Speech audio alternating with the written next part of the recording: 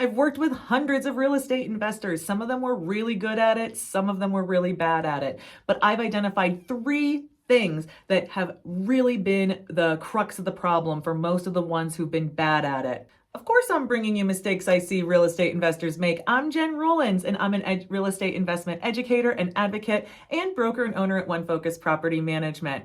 The first mistake I see people make, they do not know the market that they're going into, and they don't choose to work with people who know it. I can't tell you how many times I get calls from out-of-town investors about our market here in North Central Pennsylvania, and I get it. We've got a pretty sexy market from an investment standpoint, but that means that that person's from outside the area. They don't have access to skilled professionals or knowledge about how the area works, and then they'll use an out-of-town real estate agent to help them negotiate that deal.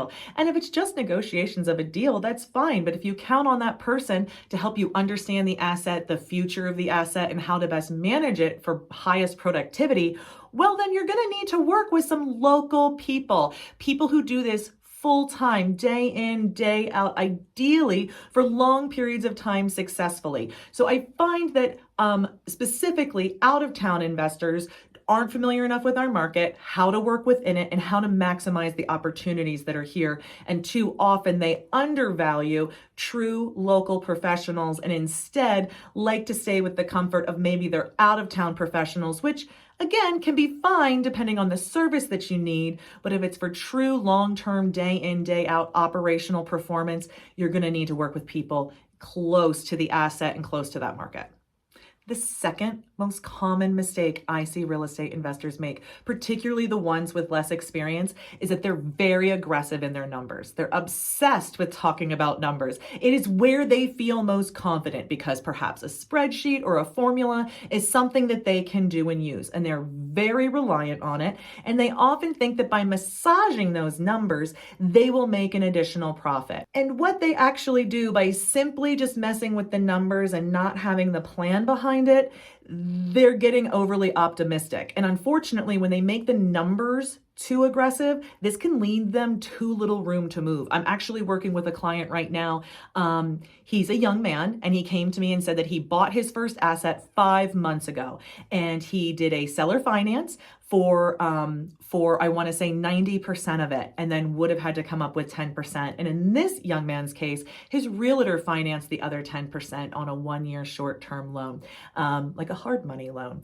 And this investor immediately on this 3-unit building experienced a vacancy. So as soon as he closed on that property, one of the units vacated, thereby cutting out what he viewed as his free cash flow that he would pay that loan back with.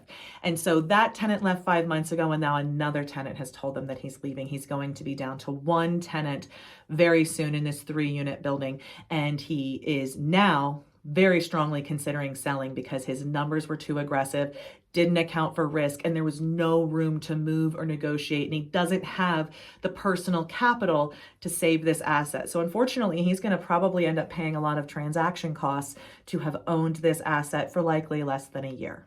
The third top mistake I see real estate investors make is having a plan, but not knowing how to execute on it. So again, this usually falls into the naive, inexperienced, or if you're getting into a new kind of property, I'll find investors sometimes do have a plan. They'll look at an asset and have a plan for maybe increasing rents, maybe making capital improvements, maybe addressing some areas of risk that have been costing money operationally.